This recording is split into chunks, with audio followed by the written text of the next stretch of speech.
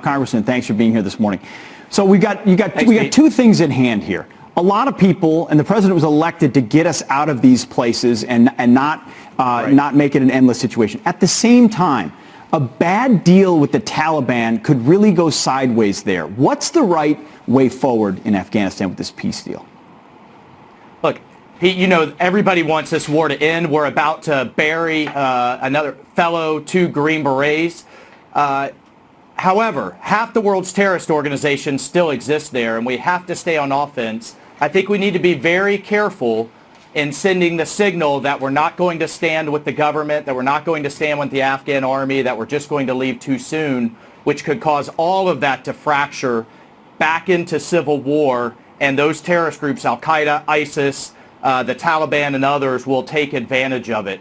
So I'm looking to see for a public denunciation of Al-Qaeda from the Taliban out of this deal and sending the signal that we will stay on offense and that we will not let these terrorists follow us home back here in the United States. Let's just see how this ceasefire goes over the next 7 days. So it's a 7-day ceasefire. And let's give that a chance. I mean, the Taliban could lay their arms down for 7 days and then go right back to business. I mean, you and I both know they've been controlling huge parts of the country in an open way and in a shadow way for quite some time. How do we stay on the offense when ultimately we're leaving and we're counting on Afghan troops who, so far, after 2 decades of being trained by the best military in the world, are not up to snuff? I mean, how do we have hope that this is a good outcome? Well, we have to remind everyone we've been in South Korea with troops helping their army now since the 1950s. So part of this is about leadership. Hold on, let me challenge you there, though. That's true, though. But South Korea is a very different place. Germany is a very different place. Afghanistan, you and I have both been there. It's way behind in the human infrastructure that either Japan or Germany had. I understand those long-term investments. Afghanistan's a different place. Actually, Pete, the South Korean army had a higher illiteracy rate in the 1950s than the Afghan army does today.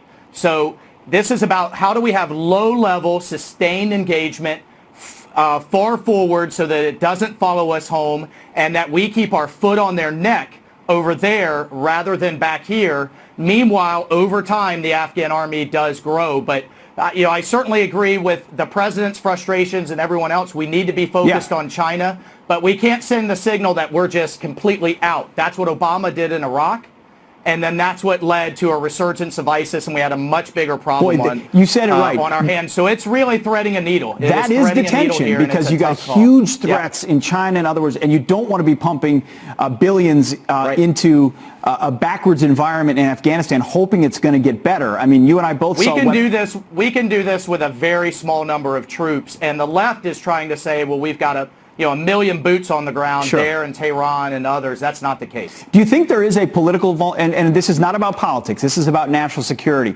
but there is a political vulnerability. If you withdraw from Afghanistan, the Taliban takes Kabul and takes over, as some feel like it could happen. That's a big risk for the president and for our country.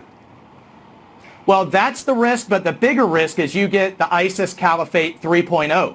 Because remember, you have Pakistan right next door that could also fall into chaos, and then you have loose nukes on your hands. So that's why, really, like I said, walking this tightrope, threading this needle, this is very tough diplomacy that Secretary Esper and Pompeo are engaged in.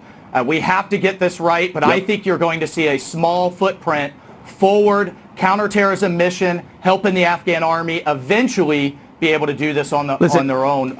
I'm glad we have guys like you as a part of these deliberations, because you know what you're talking about. So I appreciate you leaning forward on this. Also, you're going to be at the Daytona 500 today with the president. He's going to be the Grand Marshal for the first time. Really exciting. Talk to me about that. Well, I just want everybody to realize the scale of this thing. We're talking the LSU football national championship, 80,000. This will be over 200,000.